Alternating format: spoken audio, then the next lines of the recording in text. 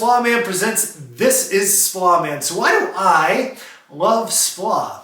It's a great question. Well, for one, I am SPLA Man, so that kind of makes a lot of sense. But secondly, I really like the flexibility of the program. You could true up, you could true down, you report in arrears for crying out loud, so you don't have to forecast anything, which is very different than some of these other programs like Azure as an example. Like a lot of times you have to commit. You have to make an Azure commitment of what you're going to consume over a period of time in order to receive greater discounts. So it's very different than some of these other online services. Also, look at flexible virtualization, which to me isn't that flexible. Like anybody can offer flexible virtualization if they really wanted to. You don't have to have a SPLA agreement in order to do so. Well, what that tells me is it opens the door to competition. Your end customer can buy those licenses from whomever. It doesn't have to be you.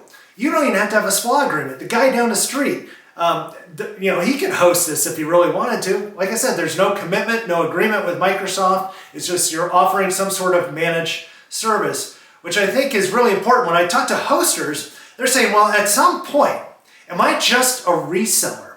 All I'm doing is just reselling licenses to customers. I'm not really doing much other than that.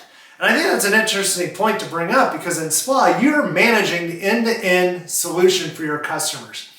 So you're controlling the revenue, right? Because you're billing the customer, not Microsoft or somebody else. And you're also controlling your profitability. Like if you want to raise pricing, you can do that. If you want to decrease pricing, you can do that. SPLA pricing doesn't really change a whole lot. I know it's going up in January, but you don't build your solution based off licensing costs. You build it off the services you offer.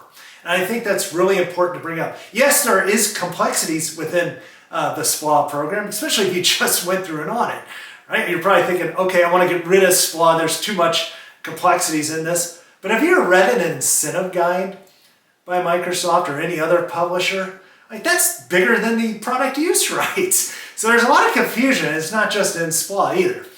And so the bottom line is you have to do what's right for your organization.